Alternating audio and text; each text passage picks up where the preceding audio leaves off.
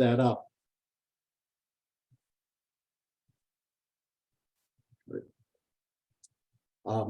But what's nice about it is, although you're putting photos into these collection albums, all you're really doing is putting virtual copies in.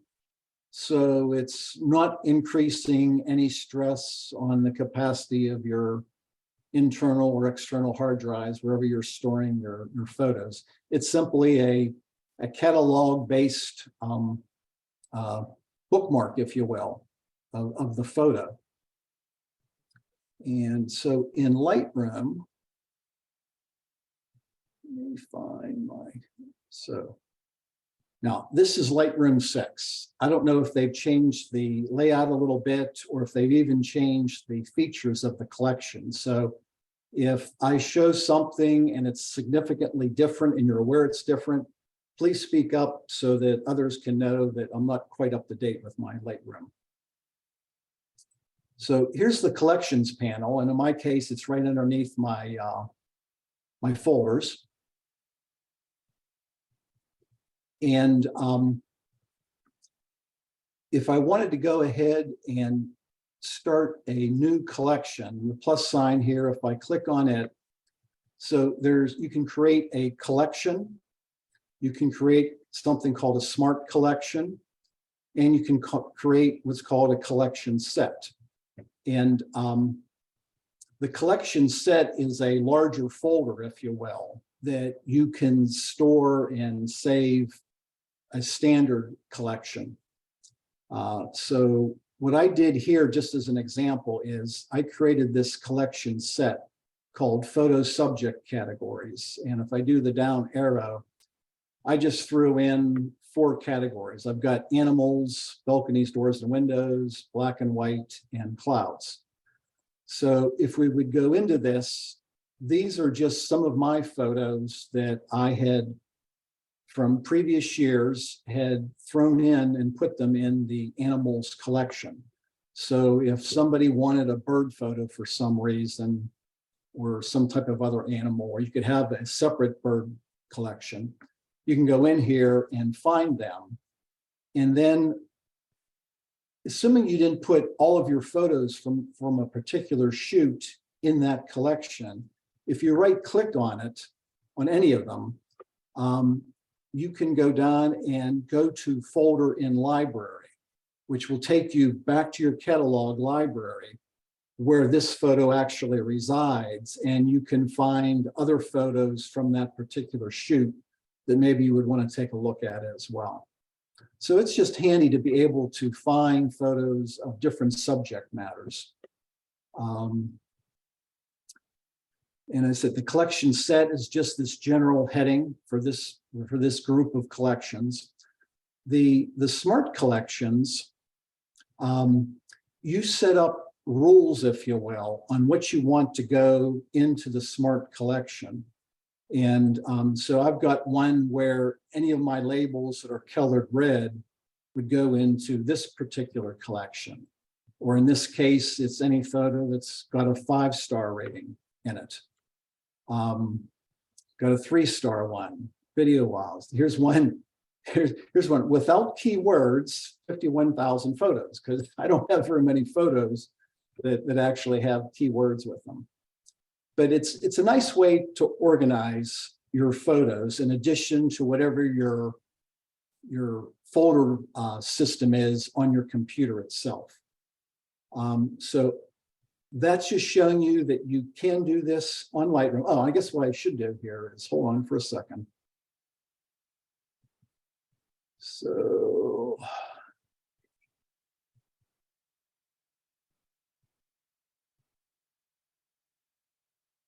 give me a second. Here we go. That's the folder that I was in before. So Pat and I took a trip earlier this year down to Twin Falls State Park in West Virginia. And as the name implies, there were 2 waterfalls down there. So let's just pick this one here and say that I want to go ahead and put this in my waterfall collection.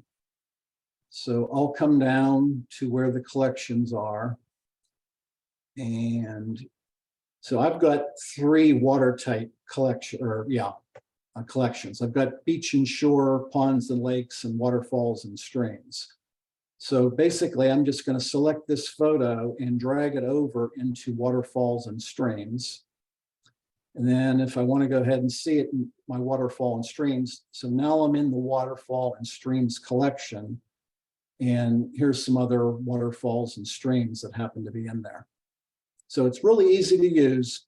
What I typically do is anytime I have a shoot, we'll go back up to my example. So let's assume I had just finished with these photos. I would just scroll down and decide, do I want to put any of these things in a collection?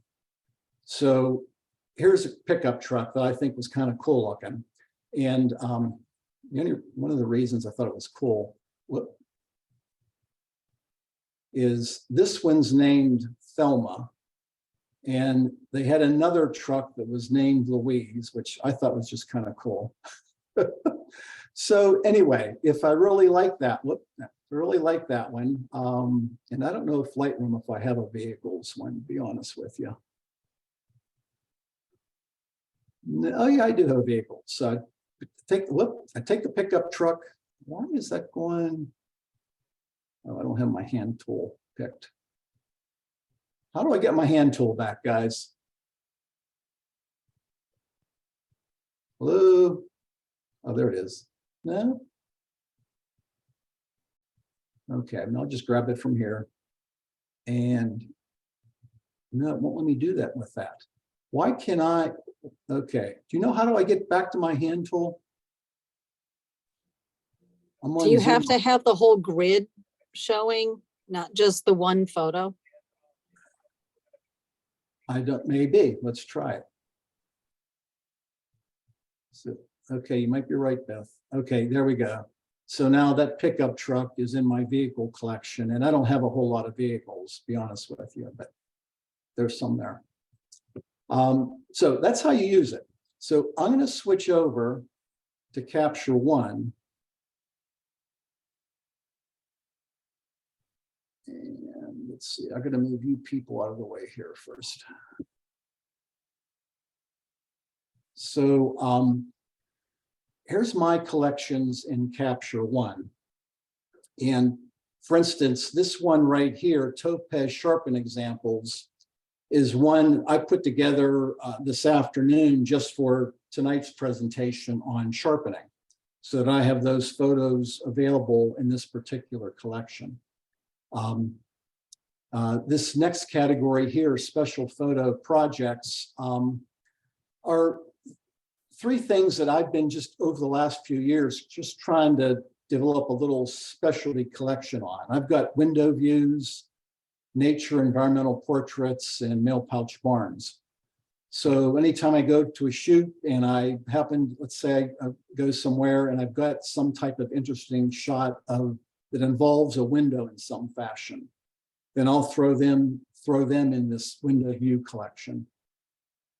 The nature environmental portraits are, I try to do a close-up of, like in this case, it's a mushroom, but rather than just focus on the mushroom, I try to include where it is, if you will. In this case, it's obviously in a forested area.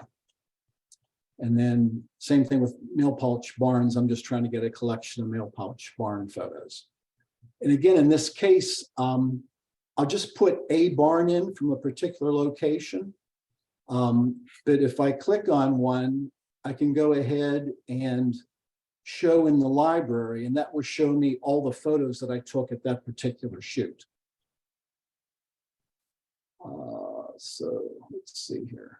So then I have this photo categories, and this is the example of, so I won't go down all these, but it's animals, birds, boats, clouds, night, signs, street people, trees, waterfalls, woodlands, you name it, I've got a category for it. So again, I go to shoot somewhere and I'll just go all through the photos and decide if I want to throw any of them into collections. Just a nice way to organize them. And then in addition to that, I started doing this actually back when I joined the club in 2016. So photos that in my mind are really good for me, I throw them in this year best folder. And this is the folder that I then use at the beginning of next year to create my photo book. I'll select from this group of photos, if you will, which ones that I actually want to put in the book itself. Photos by year, I don't really use, but it's available. So it just catalogs them by year. This one I started doing not too long ago is as I've made prints, not just 4x6 prints, but prints that I would use like in an exhibit or one of our shows. I put them in here so that I know what size prints I have for different photos. So if I go to 11x14 category, these are all my prints that I have in 11x14. And I've just got them in a box here in the room. So again, it's just an organizational feature. I also identify prints that I might try to select for maybe a future show of some sort. And go down here. This one is photo exhibits. In this case, if I wanted to know what photos did I have at the Greensburg Art Center here in September, those are my 3 photos that I had in the show. If I could go back to the one in Monroeville, there's the 2 photos that I had in the Monroeville show. So again, it's I'm a freak about organization by now, at least most of you probably do, but it's just a really nice way to organize your photos. I think that's about it. So any questions, comments? I like that idea, Jim, especially how you had that set up for your photo book too. That's a good idea.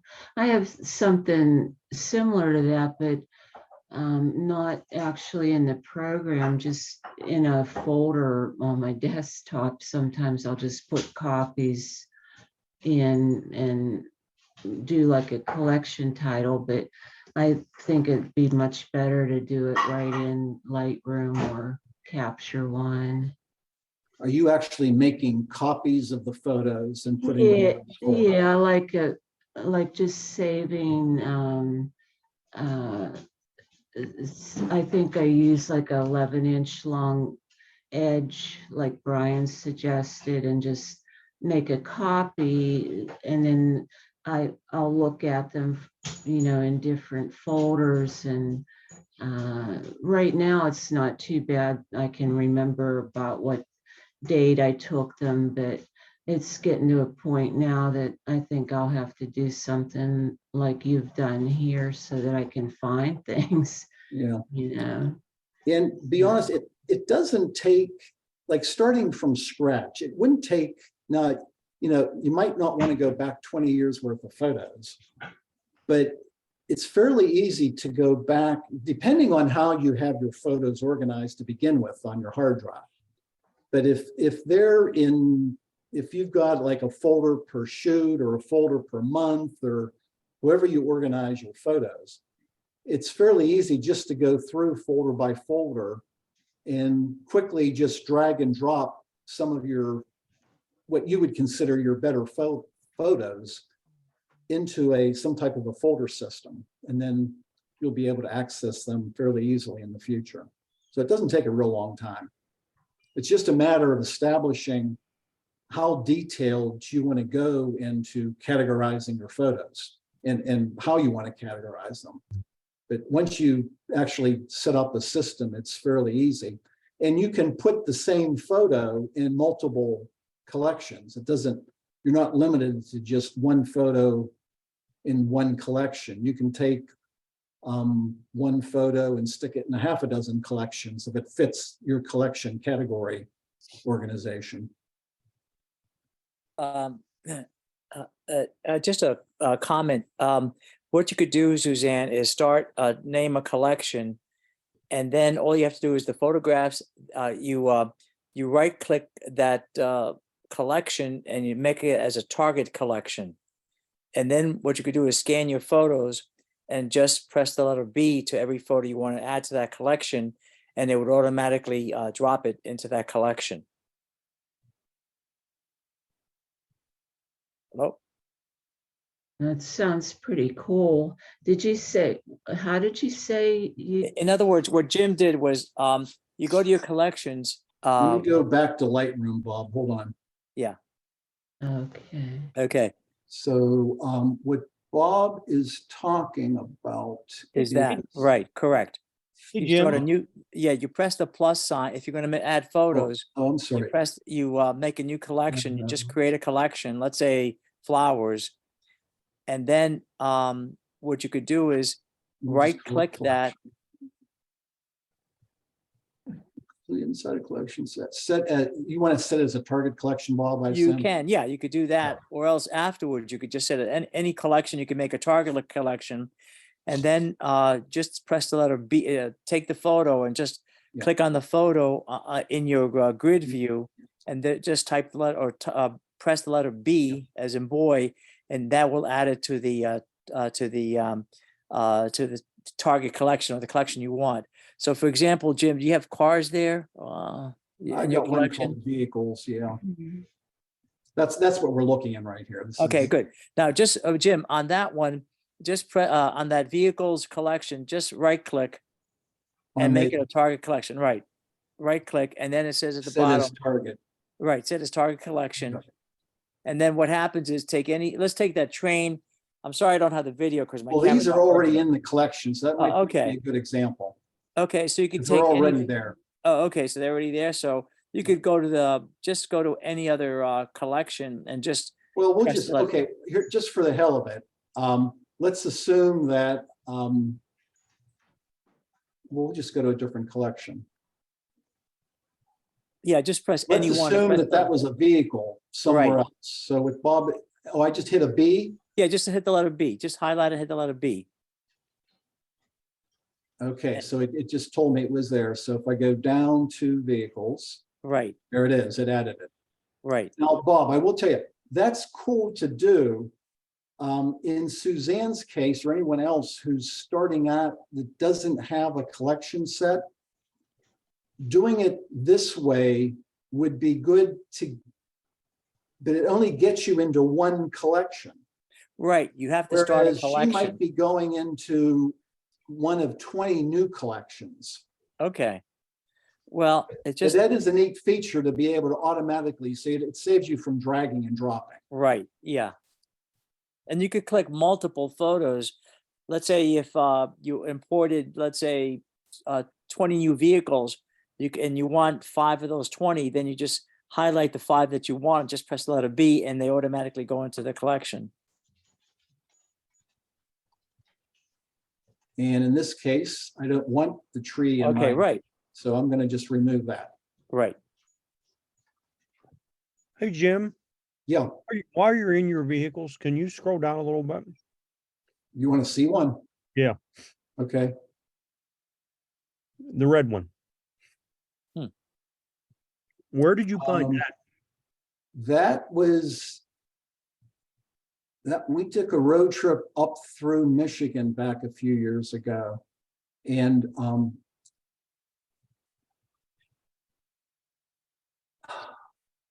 I can't read that, to be honest with you. Well, I can't think of the name of that car, but that is a very rare car. Yeah. It was really cool looking. It's a boat. It's a boat. Yeah. Oh, it is a boat. Yes. So You know what?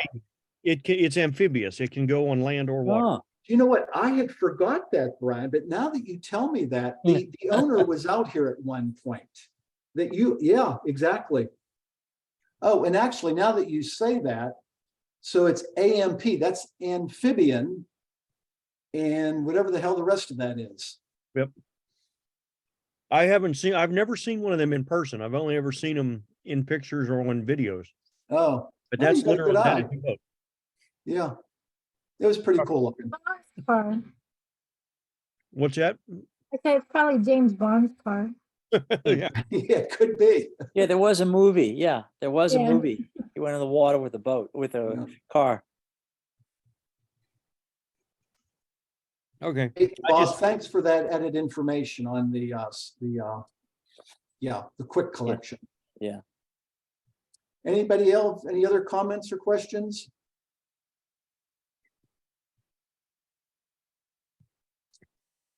Okay, Brian, I think I'm going to turn it back over to you.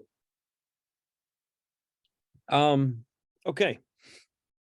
So what's, oh, next is the sharpening part, I guess, huh? Yeah, Okay. Well, you had the screen. I could have let you just keep going. well, no, actually, I think it's better for you to go first. Okay. All right. You're going to talk about Topaz, right? Yes. Okay. So I'm going to talk about Photoshop, in Lightroom, and sharpening. So, let me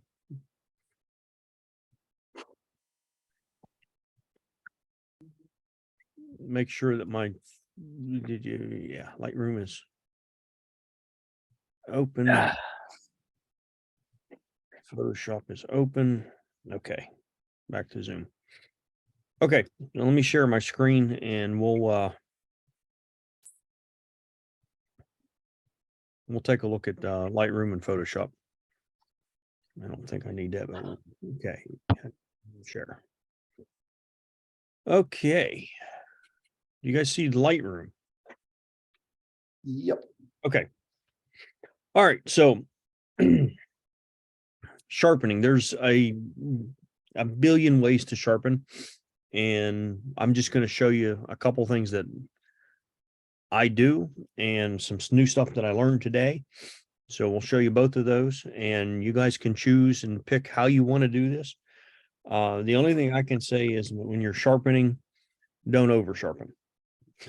That's about the best information I can give you as far as that goes. So, all right. So you see a picture here. I'm in Lightroom. I'm in my library and this is a picture I took actually as part of a series to do a focus stack. And I decided we'll use this as an example tonight. So the rocks in the foreground and stuff like that to me need to be sharpened in this picture. So in Lightroom, I mean, we can go into the develop mode. We can go down here and you guys have all done this. We're going to go to detail. And I usually pick my little box here and I'll take it I click on it and I come over here and I pick a spot with some edges that I want to look at. So I'm going to look right there. So I can see some tree branches in the background. I can see the rock here. And then I'm going to sharpen it using this information. You guys have seen this. And I'm sure if Margie was here, she'd be yelling at me because I'm not at 100%. There you go.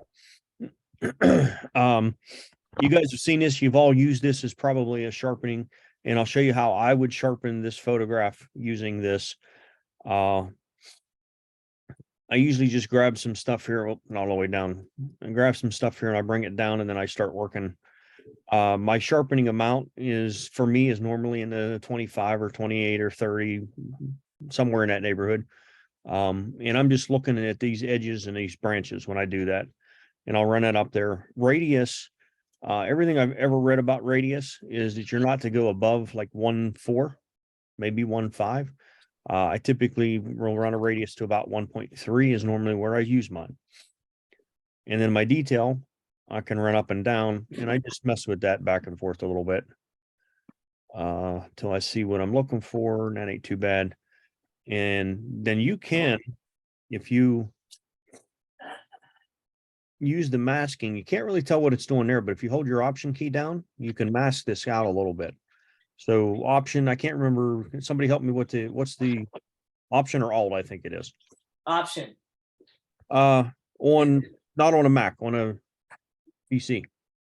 It's alt. Alt. Okay. So I'm holding option down and I use this to kind of see what it's sharpening, where it's sharpening, that kind of stuff. You don't want to go that's over sharpened. But I'll mask it up a little bit just like that. And that should be good. Oop. I'll go back to fit. And my picture is sharpened in Lightroom. And to me, that's about as good as Lightroom does. And I don't really like the way Lightroom does it. That's not, that's off. That's on, off, on. I don't see a lot of change to it. I don't think that it's great. I'd rather sharpen in Photoshop. So let's go to Photoshop. All right, you see Photoshop now? Yep. Okay. So Photoshop, same picture, the exact same picture, nothing done to it. It's just got a background. So when we work in Photoshop, what's the first thing we do when we work in Photoshop? We always make a duplicate layer. So Command or Control J, make a duplicate layer. That way I can just throw my layer away if I screw it completely up, which happens quite often for me. All right, so two different ways I'm going to show you how to do this. Let's see, I got this stupid thing always in the way. It's never where I want it to be. The thing for Zoom. Okay, so what I'm going to do here, I made a duplicate layer. I'm in my duplicate layer because it's highlighted. And I realize if you're in Photoshop, this stuff's probably all on your right side of your screen. I don't like it over there. I move them all on the left, though. Sorry. So I'm going to go up to Filter. I'm going to go down to Other. And I'm going to pick High Pass. And it's going to do some weird stuff. As you can see what it did there. Now I can adjust this. And what I'm looking for in this is I'm looking for edges. If you can see that little gray or little box going around there, I'm looking at those edges as I adjust this. If you go too much, the picture comes back through. You don't want that. So we're just looking for edges. So this picture, yeah, I don't know, probably somewhere in that neighborhood. You can see these edges of the rock and edges and stuff in here. And I'm going to click OK. So my picture still looks like crap, which is fine. So what I'm going to do then is I'm going to go over here and for the blending option, which is over here on the left-hand side on my screen, right-hand side on probably all of yours, I'm going to go down to either use soft light or hard light. You see the difference whenever I go from one to the other? That's soft light, that's hard light. In this particular situation, I'm going to use soft light. So I've blended that layer into soft light. Now, what that's done is it's sharpened the whole photograph. But let's say we got a photograph that we don't really want to sharpen the whole thing, because I really don't want to sharpen all these leaves and everything in the background. I'm more interested in my rocks and my foreground up in this area. So all I'm going to do is take that layer and make a mask.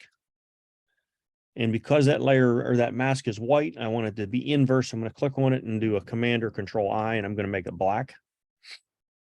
So now you can't see any of that sharpening. You see how it's not sharp now.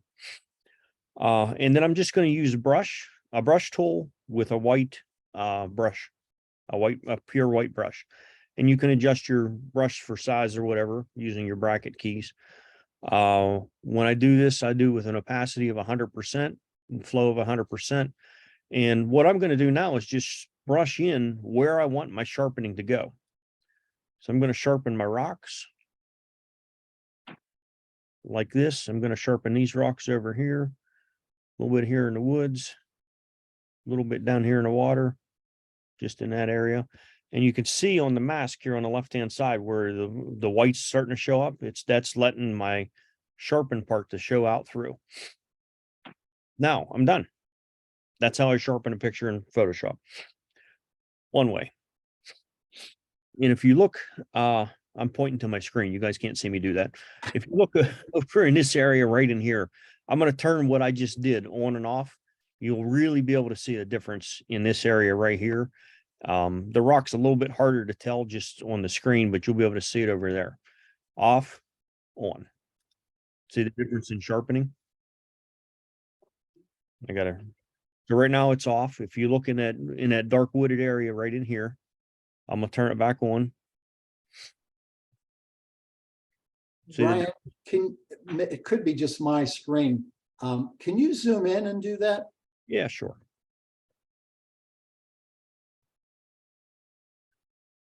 Okay, off. on. See the difference? Yeah.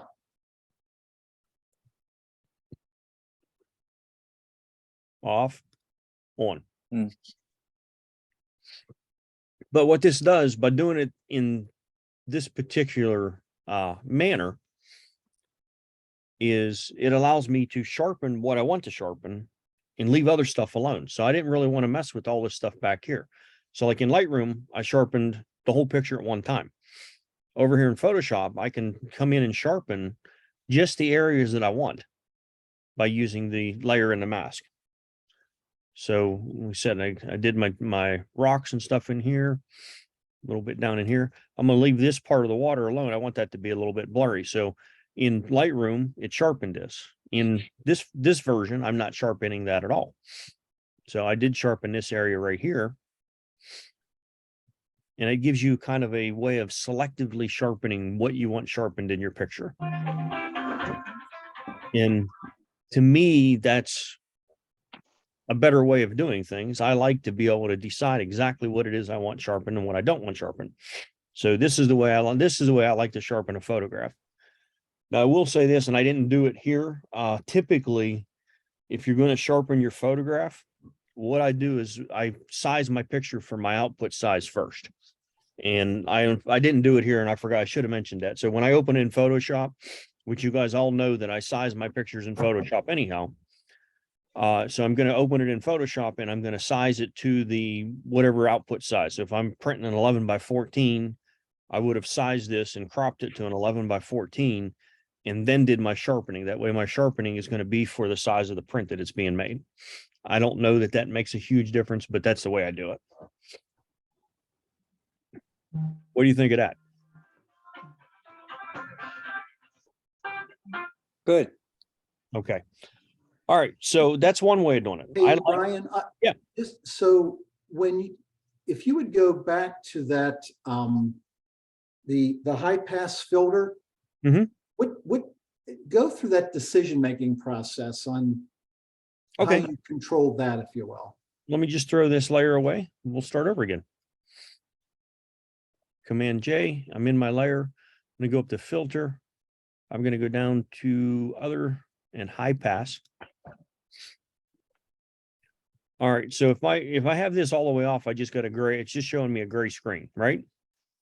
So as I run my radius up, you'll start seeing the edges of my picture, all the sharp edges. So you're starting to see those trees and stuff in the background. Okay. You're starting to see the rocks like in this area right in here. So is that similar to in Lightroom, that masking feature then? Yes. It's very similar to that. So it's showing you what edges it's going to sharpen. Right. You don't want to get too much to the point like this, like I said, like here, we're way over sharpened. This is going to be way over sharpened because there's way too much information in here. So you don't want to get that high. Typically, you're going to be in that 3 to 5 or 6 range in your radius when you do this. And you're just going to bring that stuff in to where you can start seeing those edges nice. Okay, so once you do this part, there's no, at least I didn't recall you going through I'll call it a strength step, if you will. Like how strong do you want the sharpening to be? No, this is kind of deciding how strong that sharpening is going to be. These edges. Now you can, so I clicked OK here. Once I do that, I'm gonna go back over and I change my thing to soft light. You can here use your opacity and change that, the amount of opacity that you're going to use for that if you want to. Okay. So you can always lighten the amount of, so if you overstepped your bounds on your high pass right there, once you get down to the point where you're done, you go, well, that's a little bit too sharp. Now we can go back to opacity. I'm going to put I'll do it over here, but we can go back to opacity and lower our opacity, and that'll lower that amount of sharpening as well. So if I put my layer on there, and I want to make sure that my layer is inversed, Command I. So it's black. I'm going to paint on white with my brush. Let's paint in some here. Paint in some over here. And we'll go back up in here. So excuse me, in this step, then you could, if you wanted to sharpen like that foreground rock more than like where you're at right now, you could use your flow, I guess, to kind of adjust how much sharpening you're actually brushing on at different locations. Yeah. Yep. Or Brian, what you could do is you could do another copy that layer and just do another high pass filter for the foreground, and then just mask it like you're doing, so that you have different areas of sharpening. Yes, absolutely. So you can say I was happy with the high pass at 3.8 for these rocks, but these rocks over here I wanted to be more. So I can just do another high pass filter with a mask on it and change it over here. So wherever you're brushing in from. So with this one, I brushed in here and I brushed in over here with this. Let's say I wanted to do another one. Let's do another layer. And we're going to do the same thing. I'm going to go to filter, to other high pass. And let's say I want this one to be more. We'll just go up higher than I normally would, but we'll just for example, I'm going to do that. I'm going to change this back to light, soft light, I should say.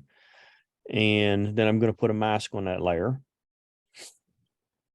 I'm going to inverse my mask, Command or Control I, and then I'm going to paint that information in here. So that is sharpened at that much, and this is sharpened at that much, and that's what shows through on my picture. So yeah, you could do that multiple times if you wanted to sharpen different areas with different amounts of sharpening. Absolutely. And then you can bounce back and forth from one layer to the other, and my brush was no, stop that, cancel, switch. So I can come back in here. I'm clicked on the, not the mask. There we go. And sharpen that one. And then I can go back over to this one and go, I want that one to be this. And then I can, so you could do that for multiple layers and sharpen all the way through the picture if you wanted to at different amounts by using the layers here. Ryan, I got a question. Sure. One of the things that really, to me, stands out in sharpening a photograph is edge sharpening. If you sharpen the edges of things, the photograph takes on a sharpening look right away without going into a lot of other detail. My problem here in Photoshop, and maybe you can explain a couple of things. If you go up to filter on your screen, yep, and then you slide down to sharpen, and then you click on edge, sharpening edges. Mm-hmm. Is there a way that you can adjust the amount of edge sharpening that it's doing? I've been in that, and it seems like you click it and you're done. There's no adjustments. If you click it again, it hits it a little harder, but you can't adjust anything. I was just wondering, am I missing something, or is that the way it works? No, that's pretty much the way it works, because there's no, as you said, there's no options there. Now you can do it over and over and over again, but there really is no options when you use that edge sharpening. You're allowing Photoshop saying, okay, I'm going to sharpen your edges, and it looks for them and does it. Yeah, well, that's, I just wanted to confirm that. I thought maybe I was missing something, and, I wasn't sure. Right. But yeah, it's, that's the reason I kind of do it the way I do it with these layers, because then I can go in and sharpen, if I wanted to, I could do a layer and just sharpen around this edge of this rock. Yeah. Like you said, some of my edges. Yeah. And if it's trees was my subject or something like that, Marty likes trees in her subject, I would sharpen just my trees. Yeah. With a brush, because then I'm adding the sharpening just to where I want it to go. Yep, I understand. I just thought I might be missing something in that edge sharpening in Photoshop. So thanks for confirming it. Yep. Okay. Brian, when you're in Lightroom, Mm-hmm. rather than doing the global sharpening, if you grab a brush, is the sharpen tool available to you? Let's see. If I do a brush, there is a sharpness, and there's also a texture and clarity that you can use to sharpen. So yeah, you can do a little bit. So if I just grab a brush here and let's really over sharpen it and see what it does.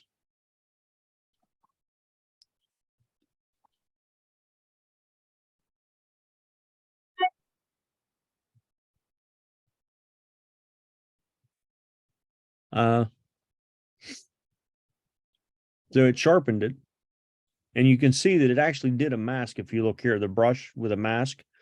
So there's the brush that I ran, and it run a mask across there for the sharpening of that. So it kind of does the same thing. But like I said, I kind of like Photoshop's version of that. Why do you like Photoshop's version? You think it does a better job, or you just think it's more effective to use? I like the preciseness of it. I know what it's doing. It's doing exactly what I told it to do. In this case, you know, you're relying on your sharpness brush and Lightroom to figure out that and stuff like that. Now, I think this is relatively new in Photoshop, in Lightroom rather, but I'm not Yeah, it positive. is. Yeah, I've never, Yeah, it so is. I've never It really, was, before they put the mask on, I don't think you had those sliders available to you. right. So I've never really used this in Lightroom yet. So I'll have to play with it a little bit and see if it works as well as Photoshop. But the way I do it in Photoshop, I prefer, because that's the way I've been doing it, and I like the way it works. I actually use the texture and clarity a lot for sharpening. I like the clarity because it kind of does the macro stuff, and the texture kind of gets in and does the smaller stuff. And Yeah. between the two, you can work it out. I haven't done the masks with it, so I want to I try do, that. every photo that I develop in Lightroom, almost every photo will have some texture and clarity added to it. Before you get into the localized sharpening, that's just part of your normal workflow. Is that what you mean? Yep. Texture and clarity is part of my normal workflow, and they work together. Right. But you have to be careful with them because you can overdo it quick with them. So Yeah, we actually, somebody had shown us a video on that, well, maybe about a year ago, 6 months ago. It really was a good descriptor of the difference between texture and clarity. That's when I started using them more, just based on that video. yeah. Yeah, I use them all the time. When I develop a picture, I'm definitely going to use them, and it's just going to be, but typically it's 6 or 8 or 6 or 8 of both of them kind of thing is where I'm at with them. I don't go a lot with them, but I do use them. Okay. Any other questions?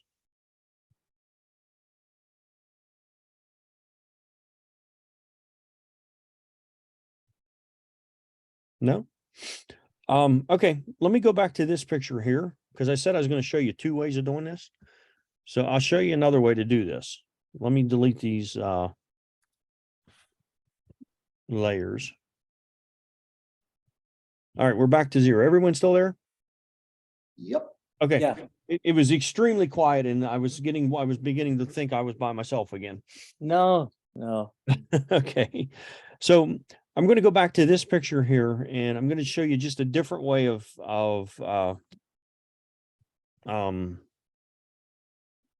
sharpening it. All right. So what I'm going to do is I'm going to take my background layer, and I'm going to duplicate it twice in this particular situation. So Command or Control J and J, make 2 copies.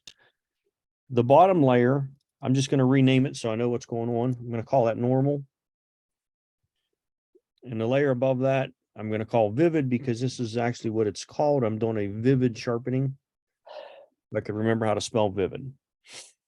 All right. So with my vivid highlighted, I am going to go to my blend mode, and I'm going to change this to vivid light, which, where'd it go? Vivid light. That looks good, Brian.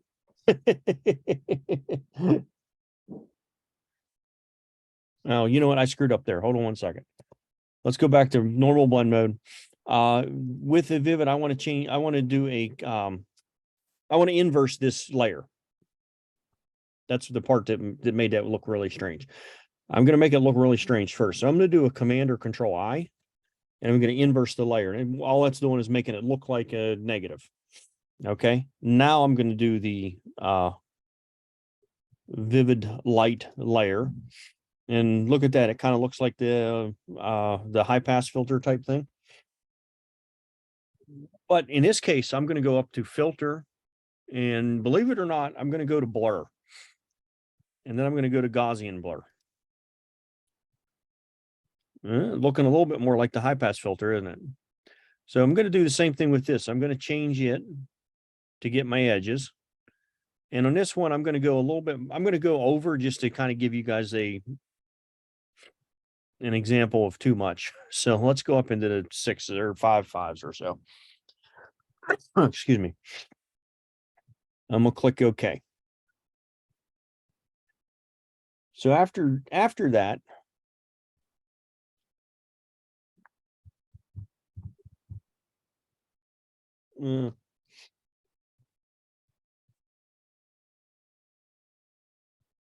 I'm going to select both of my layers. Sorry, I'm reading my notes on this one. I don't use this one. This is the one I looked at today, and I kind of thought it was cool. And I don't use this all the time. I'm going to select both of my layers. I'm going to group them together. So if I select them both and I do a Command or Control G, it groups them. And then I'm going to change the blend mode for that group here to overlay, which is here. Now, the whole picture is sharpened, not sharpened, not sharpened. You definitely can see the difference in that one, correct?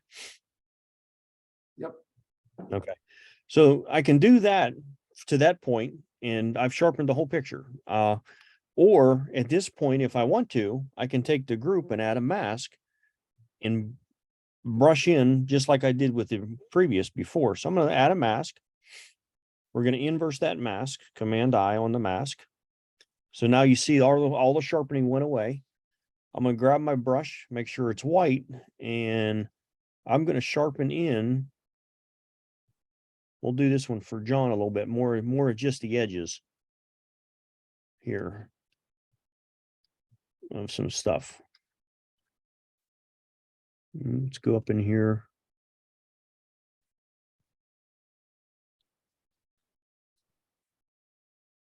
Can you show the mask in a red color in Photoshop like you can in Lightroom?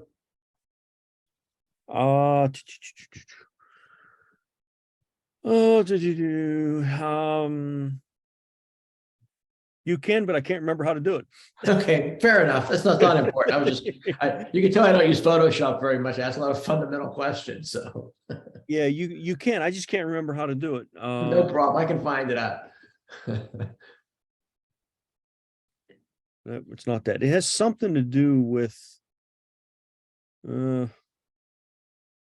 I can't remember right. Don't worry about it, Brian. Just move on. That's okay. Thank you. All right, but you can see how I added now. If you look at the mask over here on the left-hand side, you can see where I added just in my sharpening where I wanted it.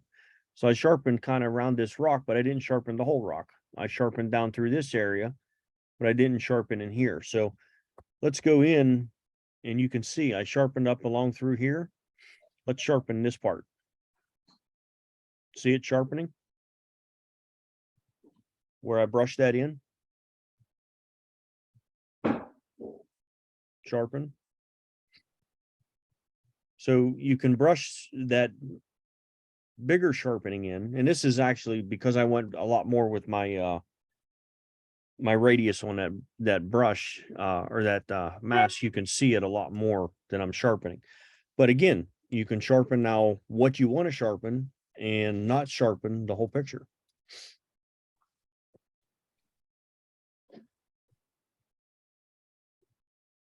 Do shift and whatever. Okay, command, is that what it is on yours? Shift Command. Yeah, it should do the red. Nope, Mm. nope. Hold Shift plus Alt and click on your layer mask. And it will highlight it in red. Where's that for? Okay, well, I did the opposite. So it showed you where I sharpened and the areas I didn't sharpen. But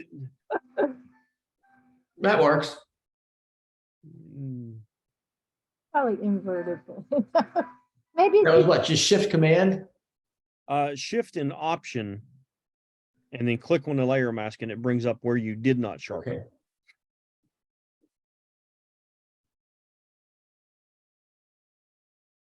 Okay. But anyhow, so now I can, like I said, I like this. I like doing it this way because I can sharpen my picture where I want it sharp. And not sharpen the stuff that I don't want sharp.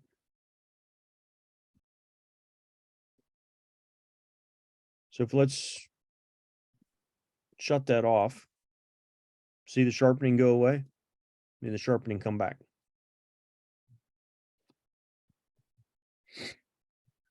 So anyhow, that's what I wanted to show you as far as sharpening in Lightroom or Lightroom and Photoshop. I think this is beneficial if you learn these processes. Because like I said, I can now sharpen exactly where I want it to sharpen in a picture and not sharpen other places. And this works with portraits too. So you can go in and sharpen someone's eyes and leave their skin alone. You know what I mean? So you're not over sharpening things that you don't want, but you can brighten up or not brighten, but you can sharpen up their eyes or their eyelashes, all that kind of stuff by using this method and only brushing that sharpening in where you want it to. Okay.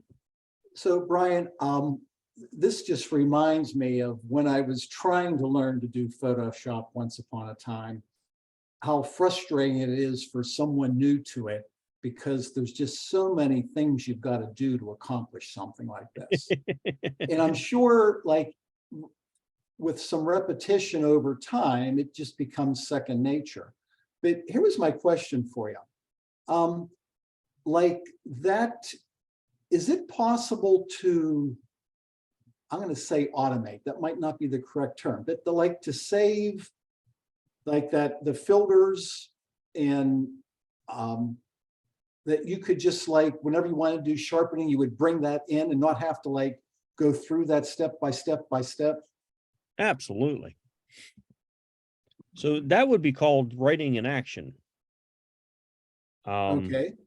Is what that is. And yes, you absolutely can.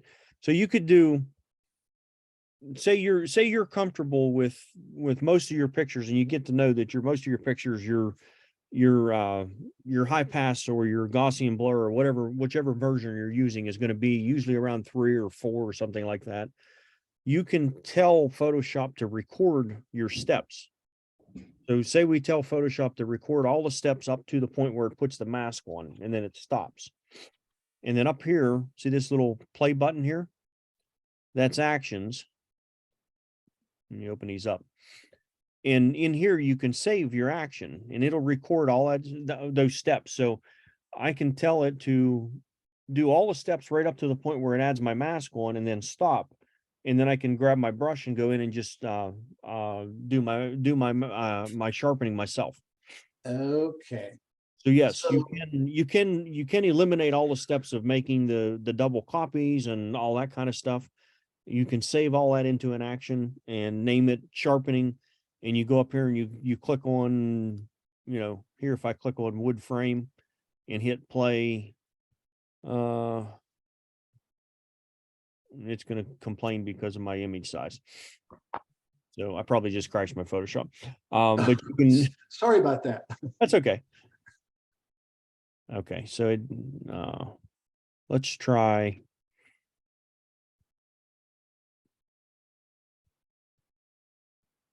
Let's get rid of frame. It got.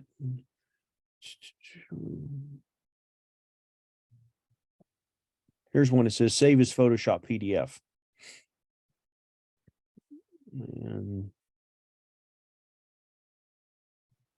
Let's get rid of that. So we have this picture, which it actually started to do.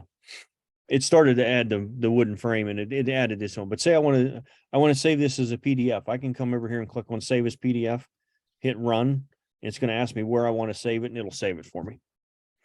Okay. Because that's the way it's designed. And yeah, and you can see like it shows the steps in here, what it's doing.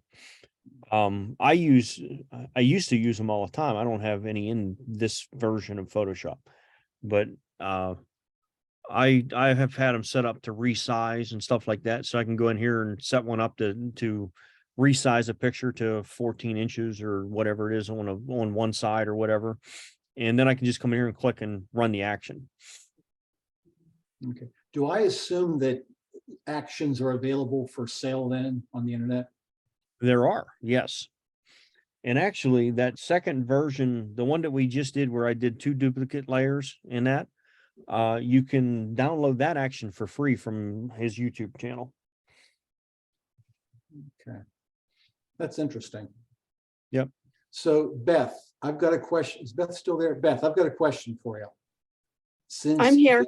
Since you use elements, Photoshop elements, do you know, Yeah. can you set up actions and elements?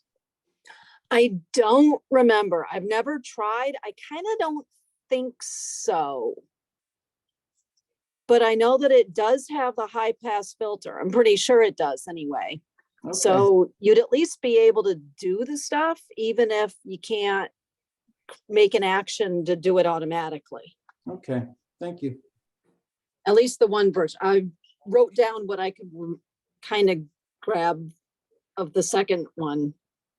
I'll wait for the video or Brian to send me the directions or something. But I don't have a computer that will run elements right now anyway. Next week. Actually, if you want, I'm doing Photoshop tips, or I'm doing tips and tricks next week. I can show you how to write an action next week in tips and tricks if you guys are interested in that. Sure. Okay. And the actions in Photoshop can be as simple as a save thing. Like I used to write them when I had one that was written before in Photoshop when I worked in it all the time, that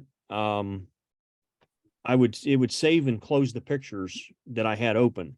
So if I worked on, say, 10 different pictures, I could go up and hit that save action, and it would save all 10 of those photos to whatever file I had told it to send it to, which at the time was a automatic upload file. And then it would close them in Photoshop. And when it was done, it would say I was done and all my pictures would be gone and they'd all be saved to that file for me. So you can write some pretty good actions, and you can write really, really simple ones just to do simple, easy things.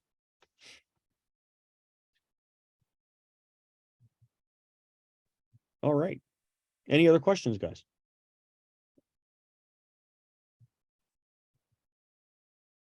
Okay. Jim, I guess it's your turn. All right.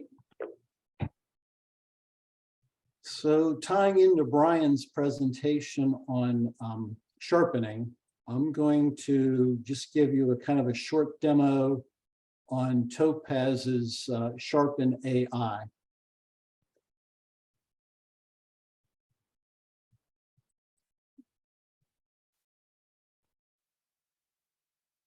Okay. So I'm going to be working this out of Capture One, but Topaz is a plugin that you can use in Lightroom and Photoshop as well. And I think we've talked about the Topaz products previously. There's Topaz Sharpen, which I'm going to just give you a brief demonstration here. And then there's Topaz Denoise AI, and there's Topaz, which self-explanatory, it denoises your photos. And there's Topaz Gigapixel AI, which enlarges small resolution photos so that you can print them at a larger size if you like.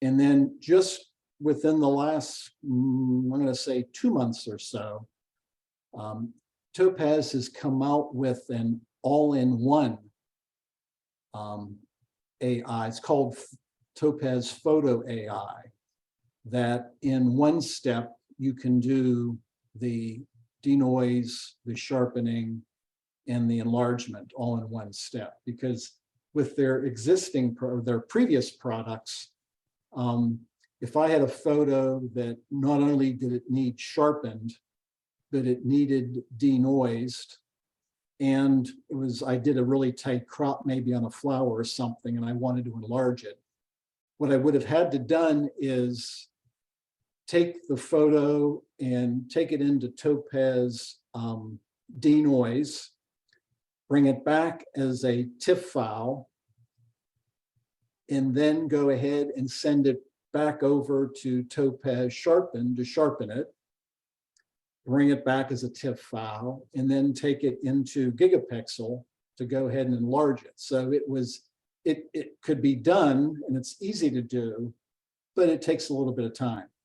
So they've just come out with this Topaz Photo AI that all it takes is one trip into Topaz and back again to do either of the three or all of the three, however you would like to do. But in this case, I'm just going to stick with the current version of Topaz Sharpen just to show the sharpening technique. And I hope this comes across on the video, because it is difficult to see sharpening at work. But the difference here that I hope I demonstrate to you is, like, Brian's samples was what I would call a photo that was good to begin with, and he applied sharpening to it. And you can do that sharpening in Lightroom or in Photoshop, as he showed. What's really nice about the Topaz Sharpen is it can save a bad photo. Now, it only to a certain extent. I mean, but hopefully this comes across in the examples. So I'm just going to show you these examples because I've already taken them through Topaz Sharpen just to show you the difference. Then we'll take one and actually go into Topaz Sharpen, and I'll show you how it's done. But so let's do these two photos here. Okay, so let me get this out of the way. So this is from Phipps Conservatory from a couple of years ago. And let me get to an edge here somewhere so you can see it. Okay, so this is the original raw file that's been processed but not sharpened. And I don't know where my focus was that day, and it was my 35mm lens, so it wasn't like a telephoto, but it's, when you're up close, obviously you have a fairly narrow depth of field. So the photo, let me go back. It's relatively sharp. I mean, I'm kind of pleased with that. And obviously there's a depth of field here, so everything in the background is not in sharp focus, and you wouldn't expect it to be. So, but you can see here, it's not very well in focus. So what I did is I took this photo, that same photo, and took it through Topaz Sharpen. And let's get back to this. Let's see here. Take this one.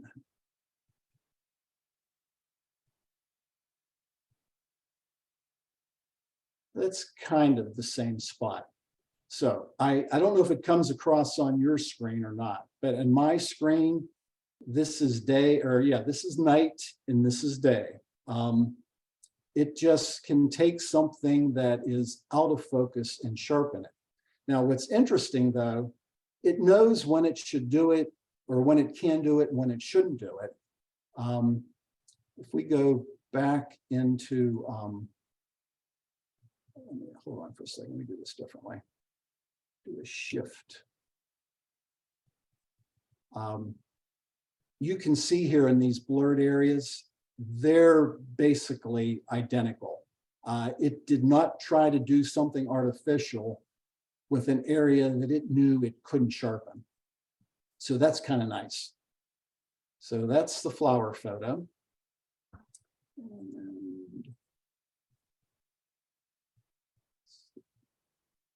Okay, here's a people photo. Okay, this is my grandson, Colin. And the photo on the left is it's in this case, it's a JPEG that I probably took with my smartphone, I imagine, although it could have been my Fuji, I don't really recall. But it's an okay photo. But if you look at Colin's face, it's not very sharp. I certainly wouldn't be proud of that photo. But if it was one that I really liked, here's that same photo that I took through Topaz Sharpen. Now, Brian and any others who want to speak up, and it's not like I don't really have any experience in sharpening in Photoshop, but I don't think Photoshop could take this photo and come out with this photo. Any comments or questions on that, or? The comment I have on it, more from a Lightroom perspective, if you try to sharpen something like that in Lightroom, it would look over sharpened. To get that kind of clarity around the eyes and stuff, everything else would look ridiculous. That looks very natural. Yeah. It's, well, of course, Rob and I back a month or so ago had some discussions about the Topaz products, and he probably thought I was crazy at the time. And I think I've talked to Linda, or I'm sorry, not Linda, to Suzanne about this. It can take a photo that you screwed up. You didn't quite, in this case in sharpening, you just didn't quite hit the focus where you should have. And it can salvage the photo for you. The photo on the left, if I wanted to, I would have probably just trashed that photo when I first saw it, because it's just not acceptable for me from a sharpness standpoint. So that's another example. I have lots of those. You have lots of those. There's a point where, even at some point, it's not going to be able to do it for you. But if you're just off, that's the result that you can get with it.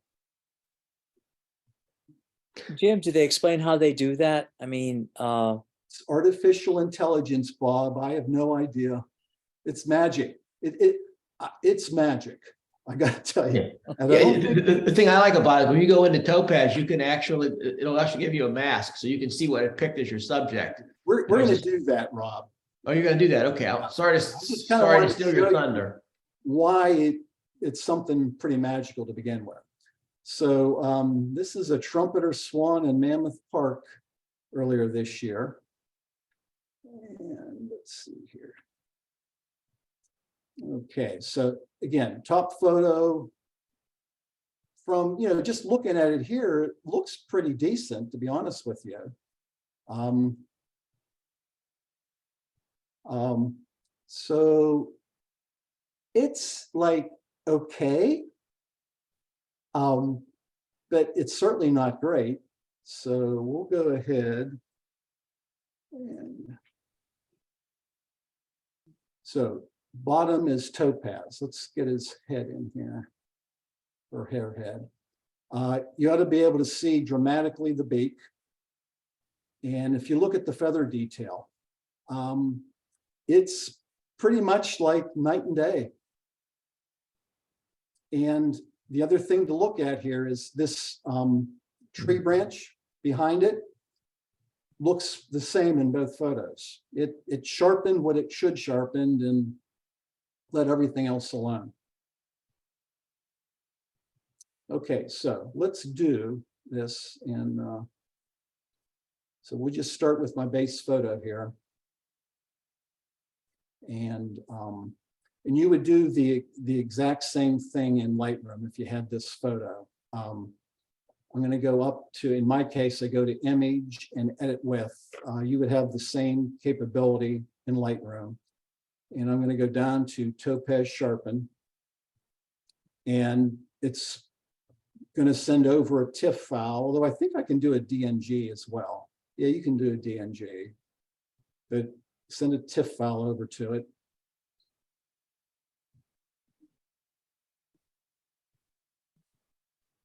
What's better, a DNG or a TIFF file? What was the question? I said, what's the difference between a TIFF and a DNG? I mean, which would be better? I'm going to let somebody else answer that, but a DNG is in fact the equivalent of a raw file. That's A what I TIFF thought. is Okay. a TIFF file. It's not a raw file. It's not a JPEG. It's another file format. Anybody want to speak to the difference between TIFF and raw?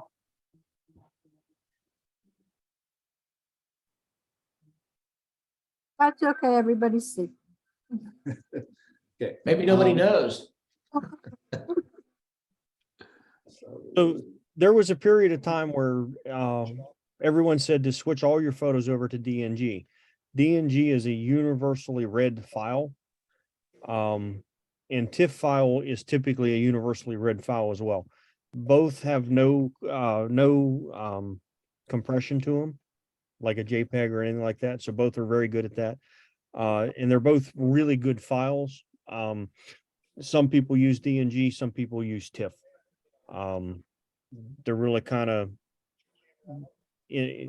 for the most part anymore, they're 1 half dozen of the other as far as I'm concerned. Okay, thank you. I think TIFFs end up bigger in a lot of places. If you're going to be printing something, a lot of them are not going to do it from a TIFF. And I don't think anybody really does them from DNGs. No, the DNG is basically a raw file, but it's universally read. So it's read by Photoshop, it's read by Lightroom, it's read by Topaz, it's read by Yeah. things. Whereas like your camera raw file, like a RAW or a CR2 may not be read by everything. So that was one of the reasons they were pushing a few years back to switch everything to DNG. But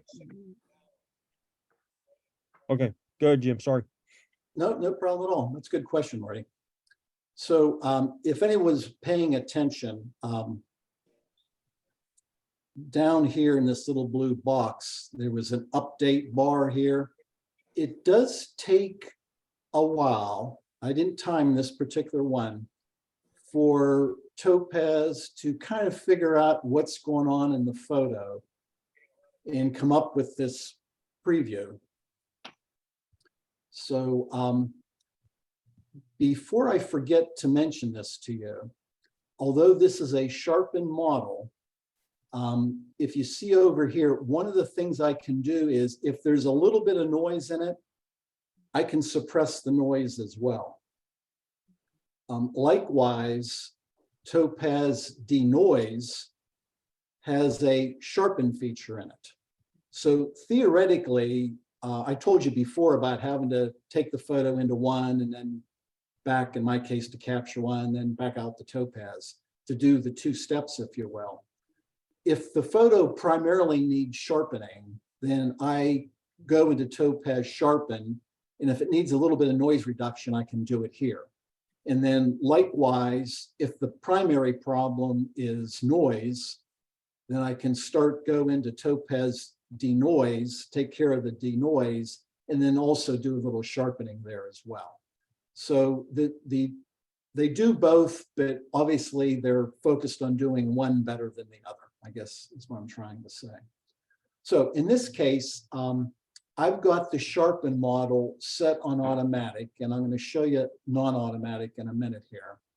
And it has different sharpening models that it can select from. And in this case, it selected motion blur, very blurry, as the model to use. And I have the model parameters set here on automatic. So it's set remove blur to this setting of 36 and suppress noise to 42. And in this case, this select down here, I actually had turned off apparently from the previous time I used the model. But this is where you can go ahead and mask in the subject, and we'll show that in a second here. But so this is that photo coming in to sharpen, and there's the before, and there's the after. And again, on my screen, it's like night and day. I don't know if you're seeing the same thing I am or not, Yeah. but it's pretty remarkable. So if for some reason I thought that, you know what, the head looks sharp, but I want it sharper for some reason, I can just go to remove blur. I don't know what it's going to do. I'm going to crank it all the way up to 100 just for the hell of it. And if you look down here, it's updating. It'll take a little bit for it to update.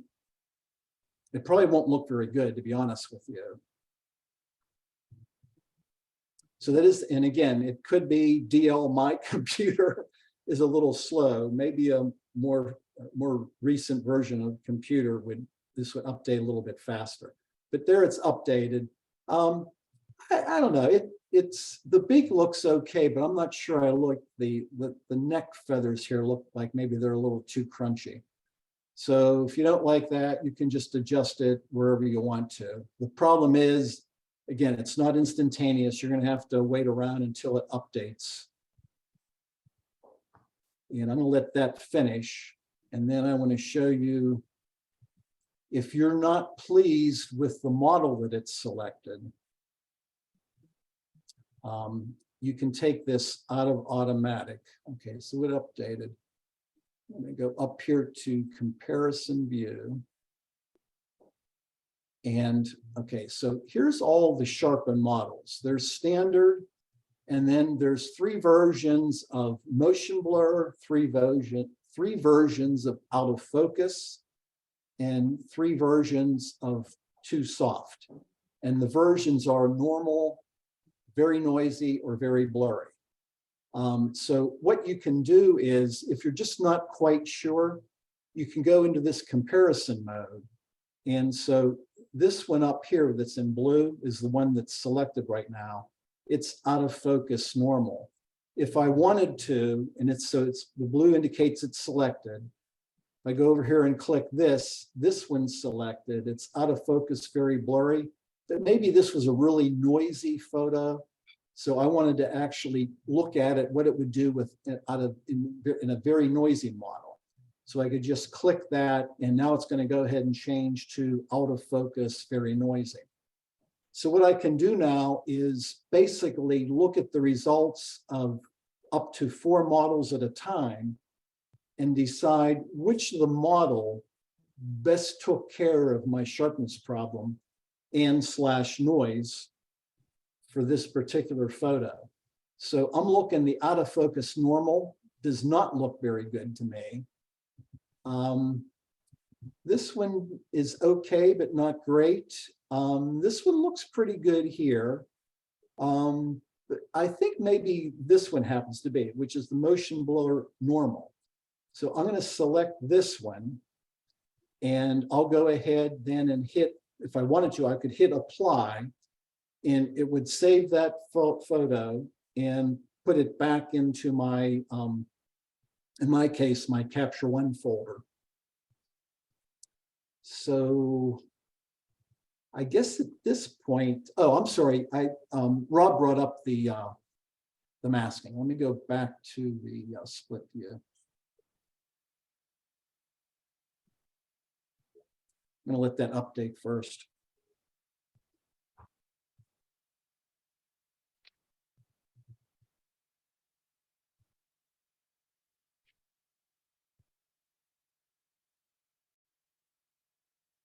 Probably can start this without waiting to update. So down here, there's the select. So I'm going to put this on. And it's looking for a subject in this photo. And you can see it picked out the bird, the swan, but it also got the log in there because, you know, if you look at the photo itself, the log does look like it's part of the subject, if you will. So and it has updated. So theoretically, it did try. Let me go back to this and see if we can see. Yeah, you can see it did do some sharpening on that log because the log was included in the mask. So I can go here and refine. And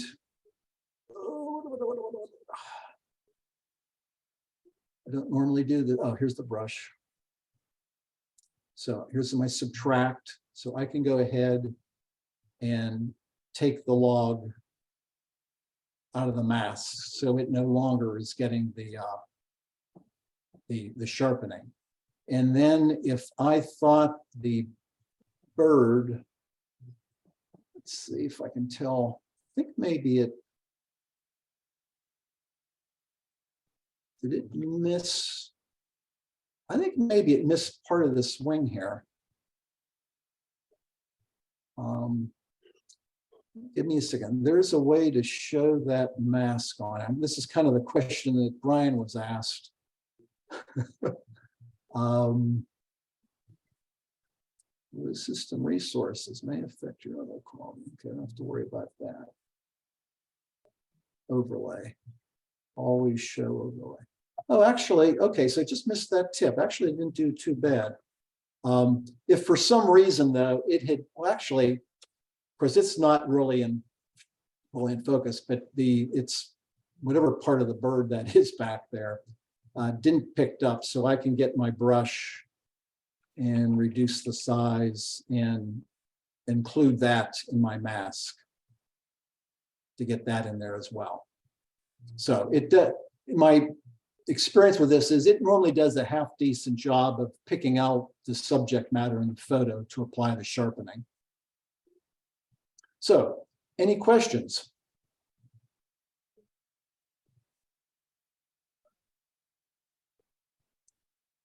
Hearing none, I think that's the end then. Thank you, Jim. Yeah, thanks, Jim. Thank you, Jim. Thanks. All right. I'll just repeat, it's like magic.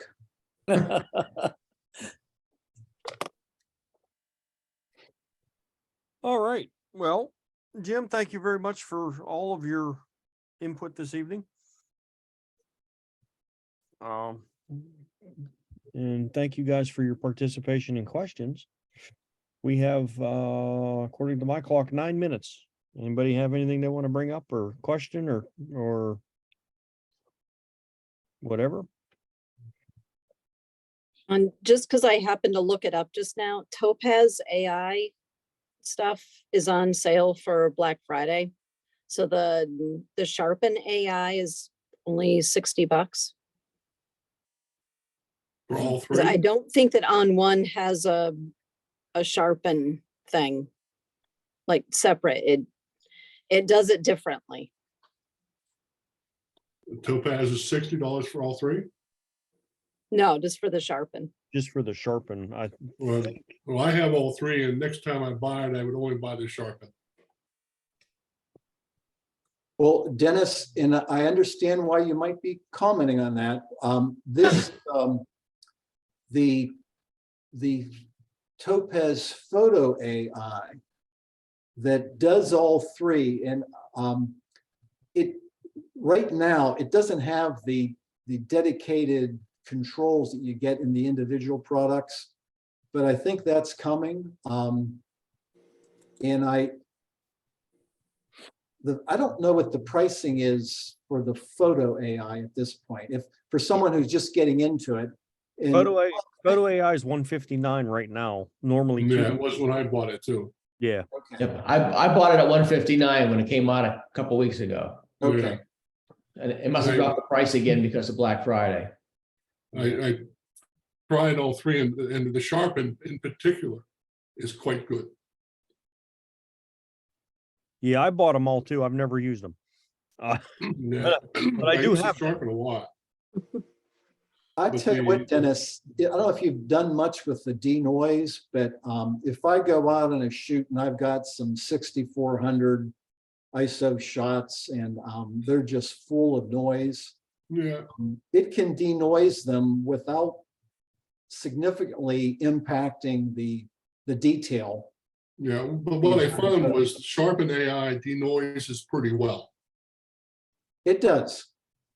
So if I were doing it again, that's the only one I would buy. Okay. And I tell you what, the gigapixel AI, if you take it, particularly like if you're doing, well, even Dennis, let's take you at Phipps. You could stand back a foot. Let's assume you had a prime lens on just for the hell of it. You could stand back a foot and take an overall shot of a flower. But then when you get back home, you realize, boy, I wish I had really zoomed in on this particular aspect of it. Yeah, You can crop in on your photo almost as much as you want. I mean, it's almost ridiculous how much you can crop in, and then send it through gigapixel AI and come out with a resolution of your original photo, but cropped in by God knows what percent. Yeah, I actually like it. I have the 6 and my camera's a 20 megapixel frame, and it's fine. But when I do exactly what Jim said, when I crop in, I can get in trouble. I put in gigapixel and I can fix it pretty quickly, and I'm happy with how it works. yeah. Well, I tried it, but maybe I just didn't push it hard enough.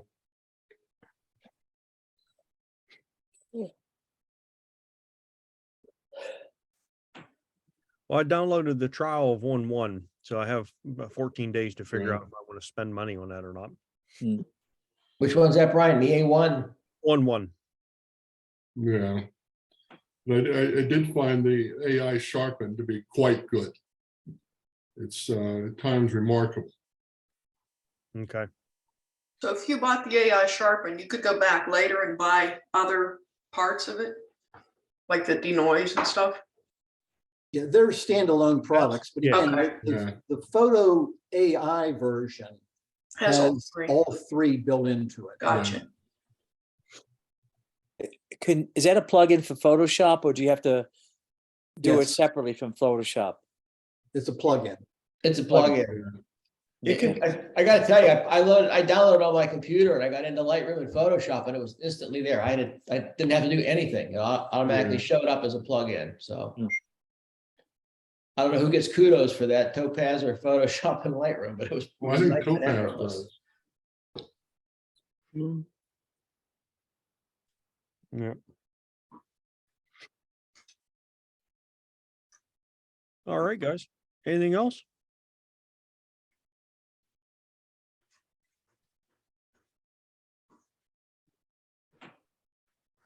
Happy Thanksgiving. Yeah. you Happy all- Thanksgiving, Gobble, everybody. Happy Gobble, Thanksgiving gobble. to everyone. Don't forget about the Christmas party coming up. Don't forget to sign up on Reddit there and let Margie know what you're bringing, Yeah. and who you're bringing. Well, not who, but how many you're bringing. And Marty, you got anything for us? Any updates or anything we need to know about? No, not really. If you want photos put on the front cover, send them to me. If you hear of any contests, let me know. Our contest page in our newsletter is kind of bare. So if you hear of any contests, let me know that. Okay. Other than that, I think I'm good. I was gonna mention the Christmas party, but you already did that. Okay. All right, guys. Well, if that's it, happy Thanksgiving. I will Yeah, also happy Thanksgiving. Happy Thanksgiving. Happy Happy Thanksgiving. Good night, Happy everybody. Thanksgiving. see y'all Enjoy. soon. Good Bye. night. Good night. Good Night. night. Thank you all. Bye.